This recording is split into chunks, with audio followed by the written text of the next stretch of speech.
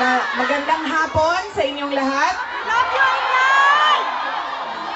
Unahin po muna natin ang ating pagpapasalamat sa Diyos dahil sa magandang araw na ito at sa safe na pagbiyahe ninyong lahat papunta dito sa The Hague, Netherlands. At syempre, dahil bumiyahe kayo papunta dito, ay mag-ingat kayo sa biyahe ninyo pauwi lahat sa inyong mga tirahan mamayang hapon.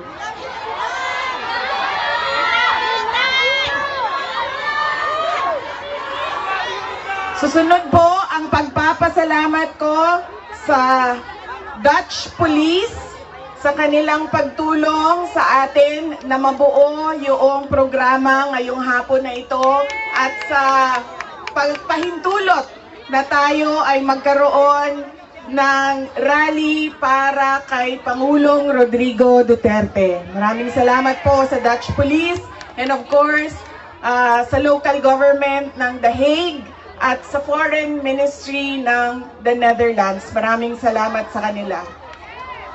Ang susunod na pagpapasalamat po ay mula sa akin para sa ating mga organizers ngayong hapon na ito sa Executive Committee na nag-meeting araw-araw, iba't ibang time zone para pag-usapan kung paano natin maisagawa ang ating pagsuporta, pagpapakita ng suporta kay Pangulong Rodrigo Duterte na matiwasay at maayos ang ating pagsama-sama ngayong hapon na ito.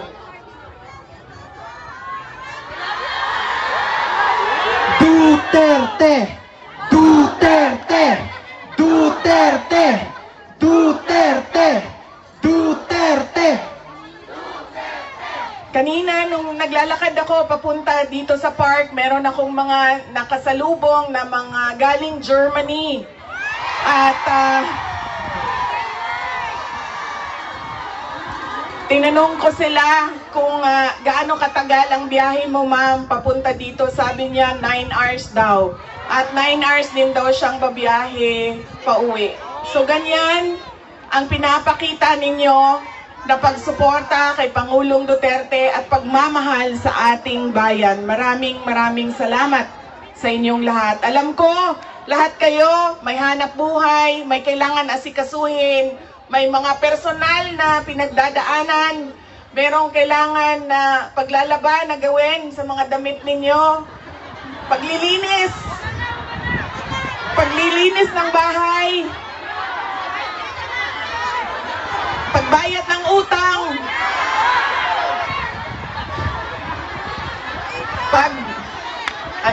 pagtawad sa inyong mga mahal sa buhay doon sa Pilipinas. Ay nandito kayo ngayong hapon na ito at ibinigay ninyo ang oras ninyo at panahon ninyo para mapag-usapan natin ang estado ng ating mahal na bayang Pilipinas. Maraming salamat po sa inyo.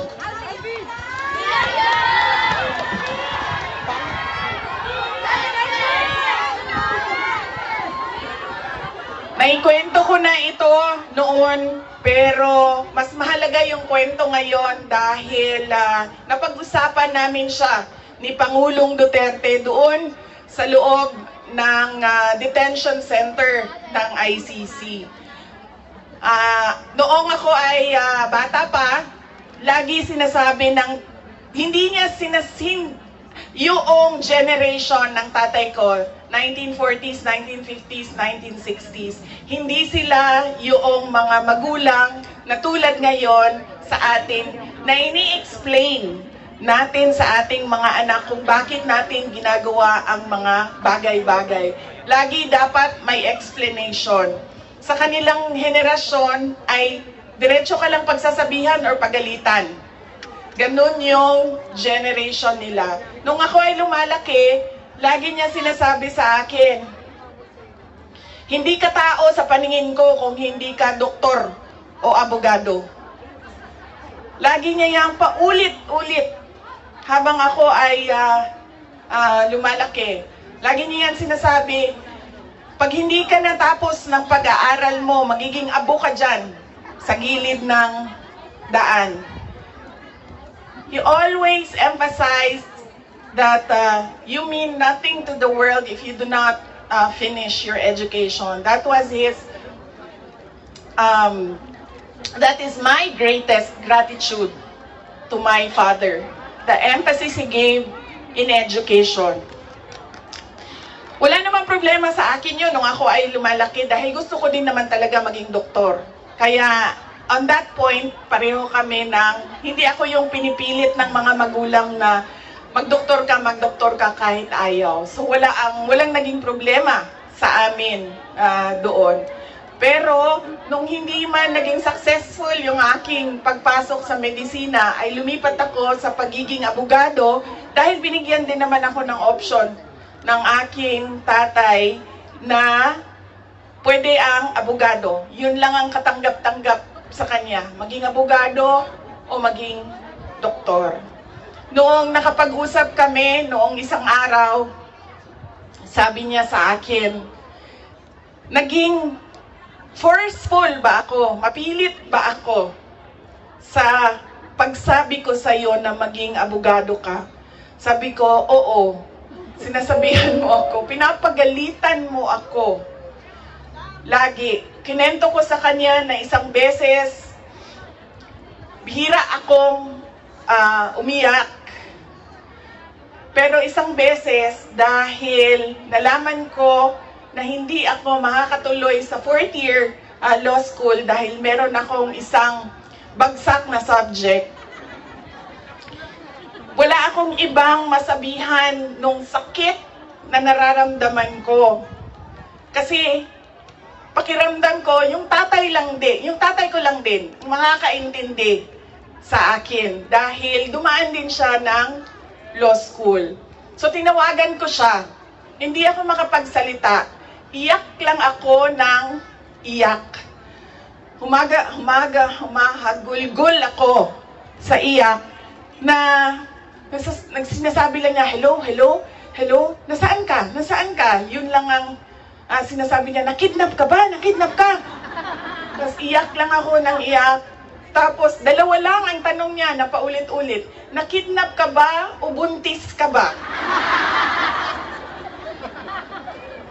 At that point na paulit-ulit na niyang tinatanong kung buntis ba ako, sabi ko na sa kanya, pa, hindi naman siguro umiiyak ang babaeng buntis. Siguro happy siya, no, na buntis siya. Sabi ko, nahihirapan ako sa isang subject ko and pakiramdam ko, sasabit ako dito.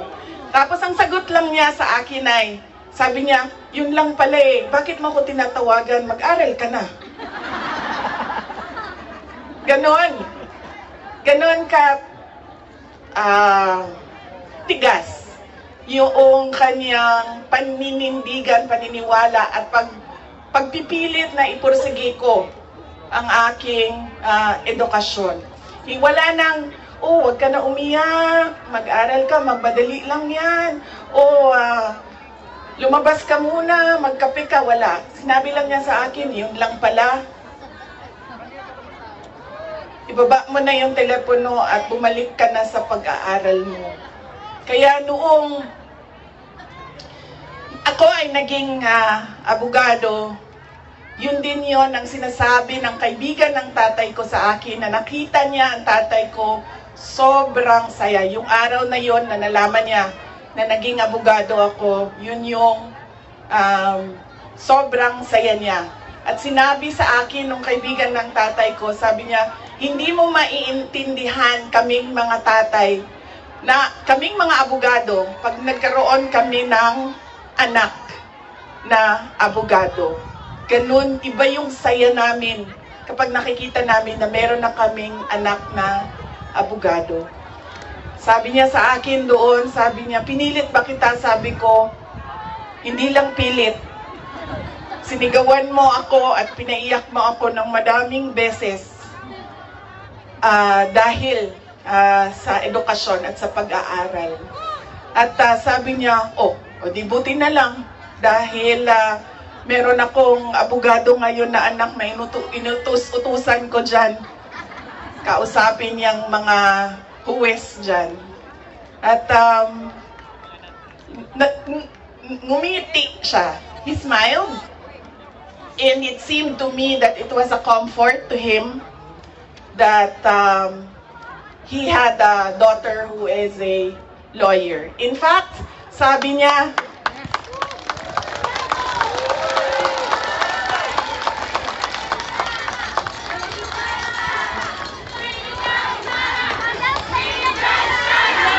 Inday Sara Duterte! Inday Sara Duterte! Inday Sara Duterte! sabi niya, lagi, pag pumapasok ako doon at nagkakaroon kami ng oras na makapag-usap, sinasabi niya, kailan ka ba uwi ng Pilipinas? Anong date ka uuwi ng Pilipinas? Anong ginagawa mo dito? Bakit hindi ka pa umuwi sa Pilipinas? Sinasabi ko sa kanya, inaayos ko lang yung sistema dito at pagkatapos inaantay ko yung mga kapatid ko na pumunta dito. At sinabi niya, ito din, may patama din or diretso din, bullseye din sa edukasyon. Sabi niya, sabihan mo si Paulo na okay lang ako. At huwag siyang pumunta dito hanggang hindi matapos ang eleksyon at maging congressman siya ng 1st District ng Davao City. At sabi niya, sabihin mo kay Baste, hindi siya pwedeng pumunta dito hanggang hindi matapos at ma-elect siyang Vice Mayor ng Davao City. Ito ang pinakamatindi dahil pinagtatawanan namin siya sa group chat namin. Kaming magkakapatid 4, meron kaming group chat. Dahil ang sinabi niya kay Veronica, sabi niya, sabihin mo kay Kitty, hindi siya pwede bumisita dito hanggang hindi siya abogado.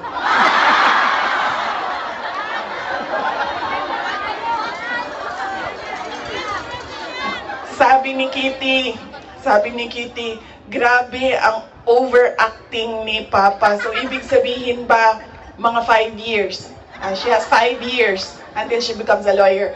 Na meron pa akong 5 taon na bago ako makabisita. Ganon siya kahit na nandun siya sa loob, ang kanyang iniisip, unang-una, yung mga kapatid ko na kailangan magtrabaho para sa syudad ng Davao, yung kapatid ko na kailangan mag-aral. Yun pa rin ang iniisip niya. At kapag tinanong mo siya, pa, ano ba ang kailangan mo dito sa loob? Ang sinasabi lang niya,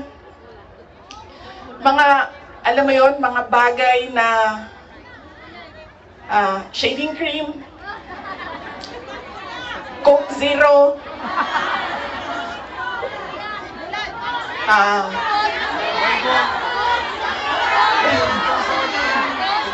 tumigil na siya sa kakahingi ng Pinoy na ulam dahil parang hindi talaga kaya nung nagluluto sa loob ang Pinoy na ulam. Pero nagpadala ako kahapon ng PDF file ng mga recipes na pwedeng sundin nung nagluluto.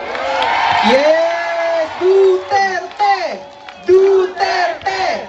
Duterte! Meron siyang, meron siyang hilig sa Coke Zero at yun lang yung hingi niya. May shopping list doon sa loob. At sabi niya doon sa gwardiya na isulat mo dyan, 2 case ng Coke Zero. Kahapon, bago ako umalis, tinuruan ako ng gwardiya. Sabi niya, pwede ka naman bumili dyan sa vendo, tapos iiwan mo para sa kanya. So sabi ko, Papa, anong gusto mo dito? Sabi niya, Coke Zero lang. So bumili akong 4 na Coke Zero, iniwan ko. sa kanya, sabi ko pa, that's one for each day pa ha. So, today, tomorrow, Saturday, tomorrow, Sunday, Monday, Tuesday, Wednesday. Dahil darating na yung grocery list mo by Wednesday. At sagot niya sa akin, bakit isa lang? Sabi naman nung gwardiya, sabi niya, he has to have at least 2 because he already drank upstairs, 1 Coke Zero. And then sabi ko, sige pa, sabi ko, babalik naman ako sa Lunes. Sabi ko, 2, bukas Sunday, and 2 sa Monday, tapos i-replenish ko na lang yung Coke Zero mo. Sabi ko sa kanya, alam mo pa, sinasabi sa iyo ng doktor, maglakad ka daw. Huwag kang nakaupo lang sa kwarto mo. Tapos, sabi ko, pwede ka naman, allowed kayo na lumabas dyan. Sabihan niyo lang ang gwardiya. Sabi niya, ayoko maglakad sa labas kasi baka didiretso ako sa gate at umalis sa lugar na ito.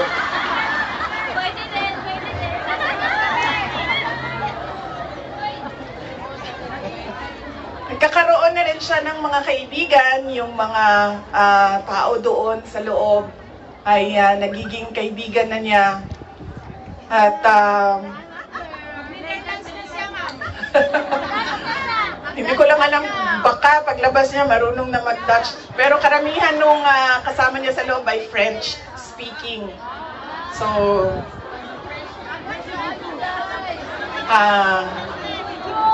baka paglabas niya, no, di na kay kamaong magbinisaya, tingala ta, bulog bukushay, avec quoi.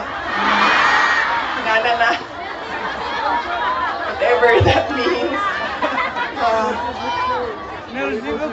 So, on that point, he is okay. Okay naman siya. Pero as a lawyer, kasi alam niya yung batas eh. Alam niya kung anong nangyayari. Kaya medyo persuasive siya. And lagi niyang inuulit-ulit kung ano yung kailangan gawin para sa kanyang kaso. At lagi siyang nagtatanong ng timelines dahil alam naman natin sa korte ay medyo may kabagalan. Diba? Magsasagutan, ang prosecution, ang defense, maraming mga papel na kailangan ipasok at antayin ang oras. Kaya siya din ay insistent sa mga timelines niya. Pero ang sinasabi niya lagi, alam niya na mali ang ginawa, and at to the very minute na tinulak siya paakyat ng eroplano, ilang beses niya sinabi na I want to be tried in a Filipino court before a Filipino judge and a Filipino prosecutor, because he knew that number one, wala talagang basihan yung kaso. 43 counts of murder ang sinasabi nila na thousands. Totoo yan, ma'am. Kaya minsan naisip ko, naging kaso lang ba ito dahil sinusulat sa media na thousands ang namatay? I do not even understand paano naging crimes against humanity ang 43 counts of murder na ngayon ay lumalabas. Hindi naman ata totoo lahat yung mga witnesses at yung mga complainants. But that is a thing for the courts and the lawyers to discuss inside. Ano bang pwede nating gawin? Ang pwede natin gawin ay i-demand na ipauwi or iuwi nila si Pangulong Duterte. Bring him home! Bring him home! Bring him home! Bring him home! Bring him home! Bring him home!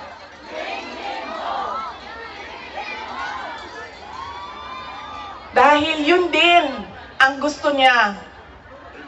Araw-araw na nandun ako, sa mga araw na nandoon ako, isa yan sa paulit-ulit niyang sinasabi, kailan mo ako mapalabas dito dahil darating ang eleksyon, mag-mayor pa ako ng syudad ng Davao. Bring him home!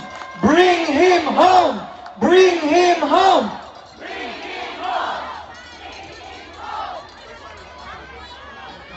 At yun ang gusto niya. Gusto niyang umuwi. Sinabi ko din sa kanya yon pa. Sabi ko, yung kagustuhan mo na umuwi, yan din yung katapusan ng buhay mo. Magiging Ninoy Aquino Jr. ka. At sinabi niya sa akin, sabi niya, kung ganyan ang kapalaran ko, then so be it. Basta lang mauwi ako sa Pilipinas.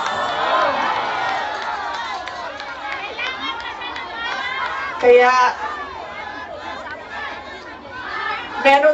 meron man akong worry para sa kanyang safety and security, pero lagi niyang inuulit-ulit talaga, ibalik niyo ako sa Pilipinas.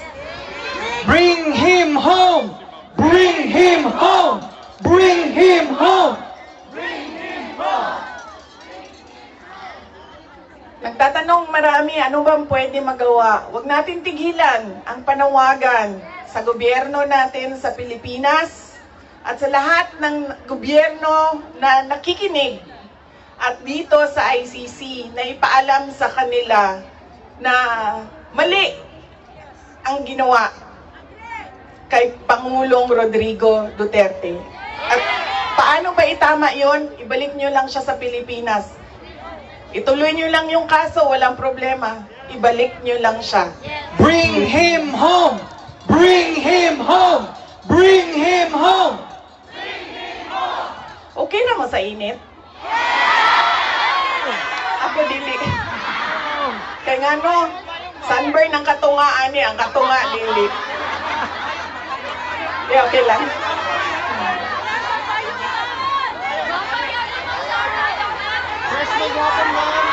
Hindi, okay lang.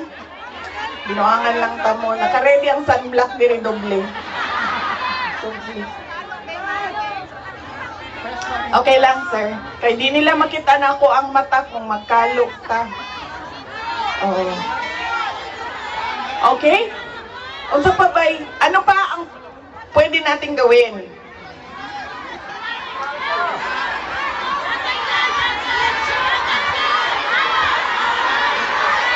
Miki, just tell us what to do. We'll follow you. Marcos resign! Marcos resign! Marcos resign!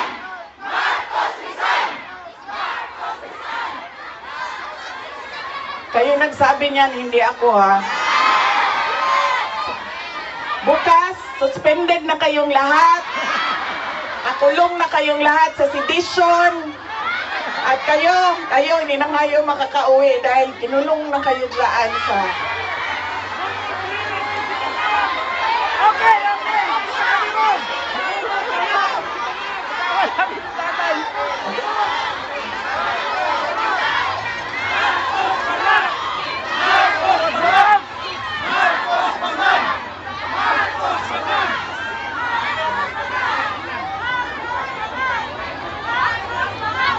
And that relates to transparency and accountability.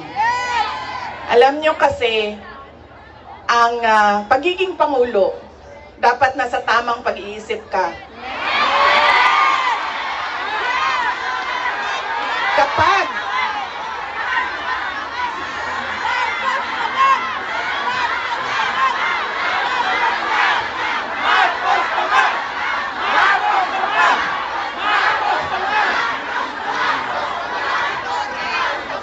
dahil nasa mga pulisiya mo at desisyon mo ang kinabukasan ng kabataan at ng bansa. Kaya yung pagsasabi na hindi mahalaga ang drug test sa aking kapasidad at abilidad na mamuno is tantamount to betrayal of public trust. Dahil kailangan malaman ng taong bayan na nasa ayos ang iyong decision making.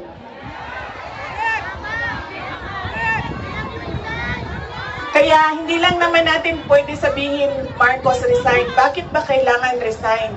Dahil hindi mo pinapakita sa taong bayan na maayos kang mag-isip at kaya mo ang mamuno.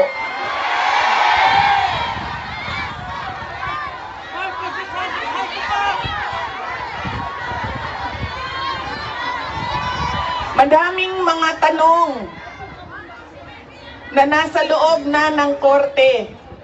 Ang PhilHealth, ang pagkuha ng pondo ng PhilHealth para bang naging pyramiding ang ginawa nila sa budget ba? Kumuha sila ng kulang ang pera dito, kumuha sila sa ibang source para isalpak dito, ay hahanapin na naman sa ibang source yung nagiging juggling at parang pyramiding na ang nangyari sa budget. At kung nakikita ninyo at naiintindihan ninyo ang budget, karamihan doon pamigay lang ng mga politiko na tinatawag nating ayuda.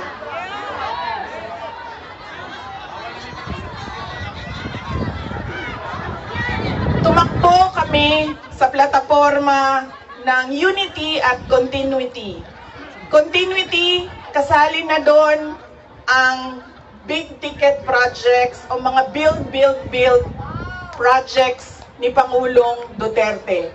Pero wala kayong nakikita ngayon na development projects.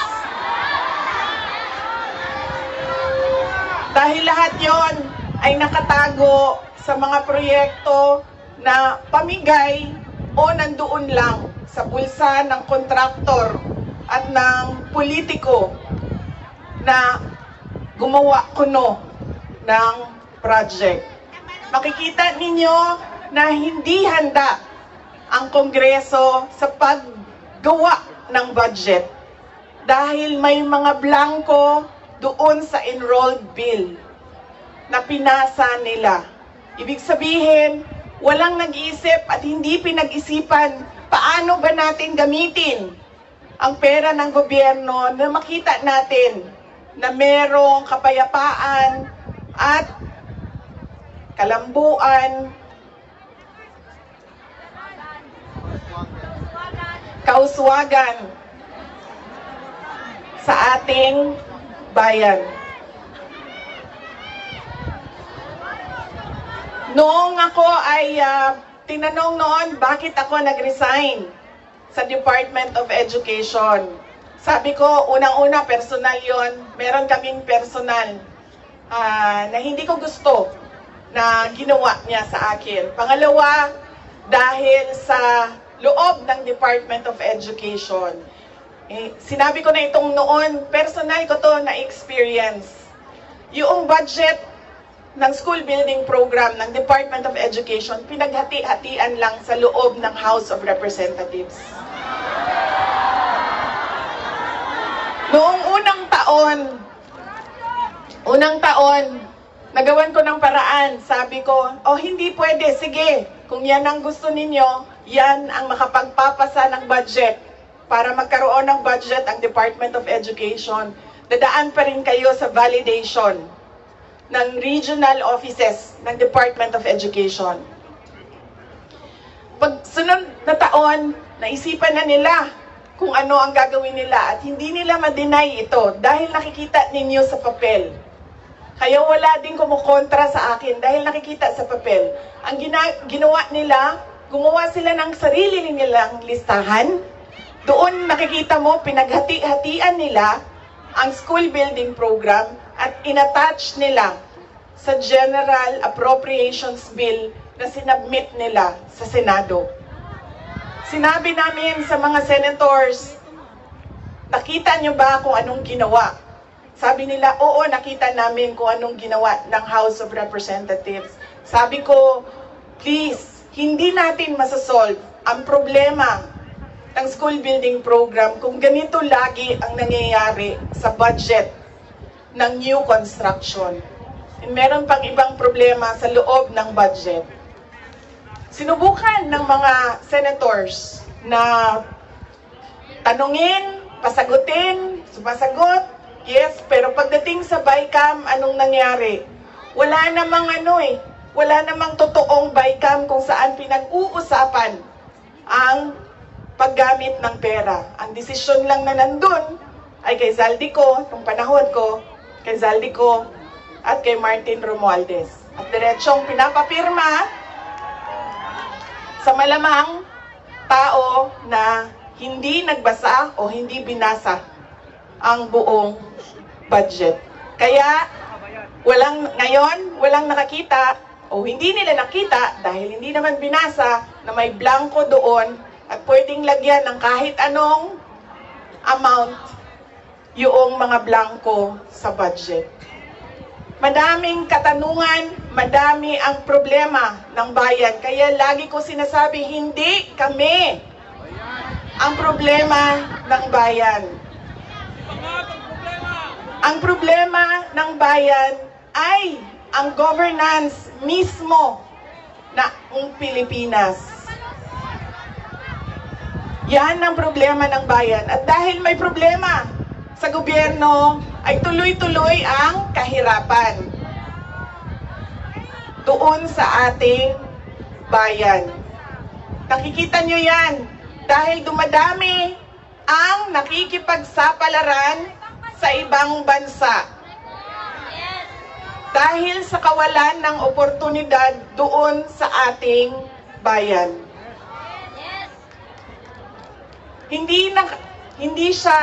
We should not be proud that we are exporting our countrymen, our workforce abroad dahil, wow, ang daming dollars na pumapasok sa Pilipinas dahil sa padala. Hindi yan siya nakakatuwa.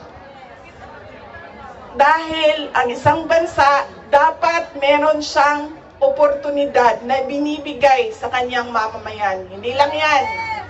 Decent housing, peace and order, quality healthcare. Nakikita nyo yan dito sa mga bansa kung nasaan kayo. At kaya kayo nandito dahil hindi niyo yan nakikita doon. And apparently, tayo lang yung nakakakita, yung nakaupo doon, hindi nila nakikita.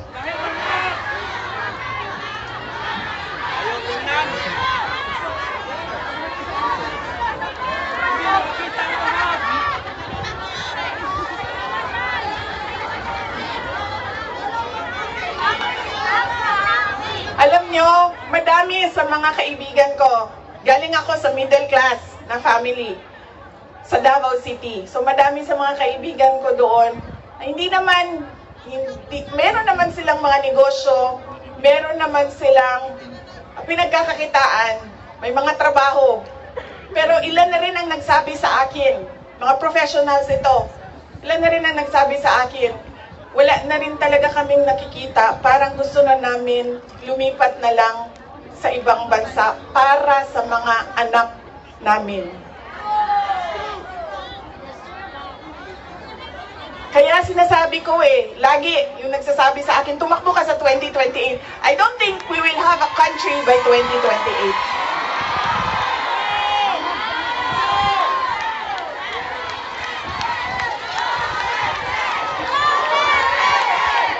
Duterte! Duterte! Duterte!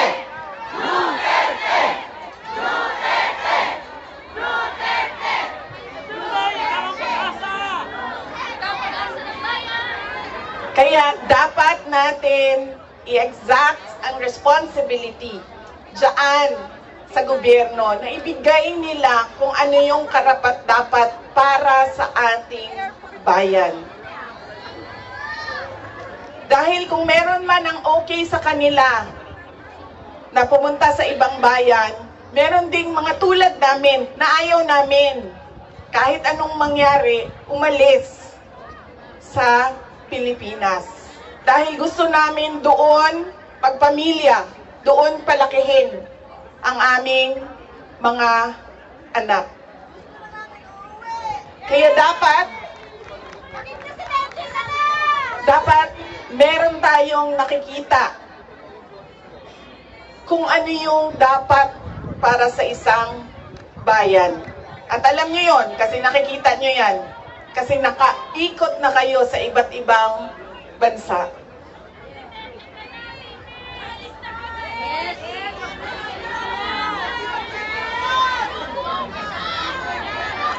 Ano ang gagawin? Patuloy na ipanawagan sa lahat ng nakikinig na iuwi ninyo si Pangulong Duterte sa Pilipinas. Bring home! Bring him home! Bring him home! Bring him home! Bring him home! At pangalawa, patuloy natin na hingiin sa gobyerno, sa administrasyon na ibigay ninyo ang serbisyo at kaunlaran na karapat-dapat para sa mga Pilipino at para sa Pilipinas.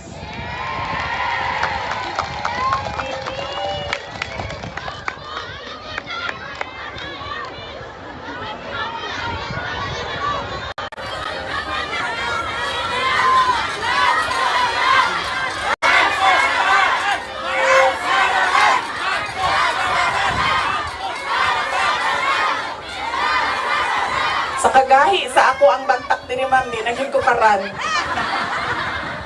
Kay, nagpugong yung ko ma'am, na dili ko mahulog.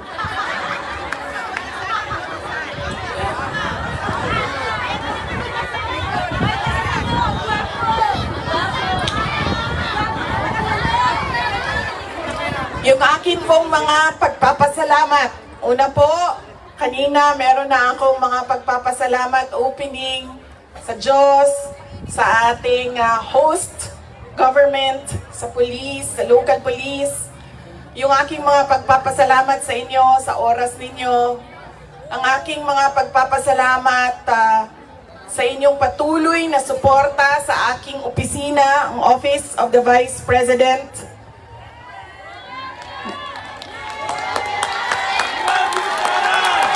Inday Sara Duterte! Inday Sara Duterte! Inday Sara Duterte! Inday Sara!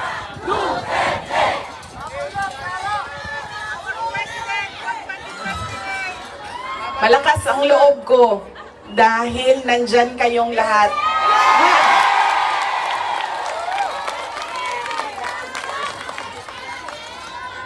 Kanina, noong papasok ako dito, marami ang nagsabi, be strong, be courageous. I am only as strong as you are. Kung nakikita ko, sobrang lakas ninyo at sobrang lakas ng pagmamahal ninyo sa bayan. Ganyan din ang nararamdaman ko.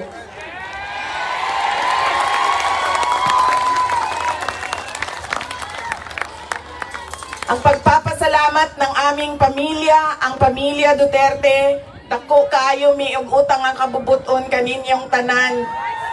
Sa higayon nga gihatag ninyo kanamo nga makaserbisyo sa atuang nasod.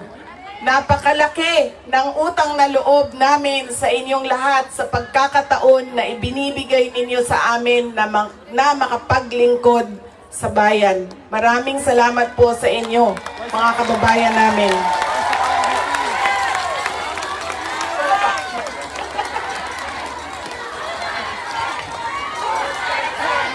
Duterte!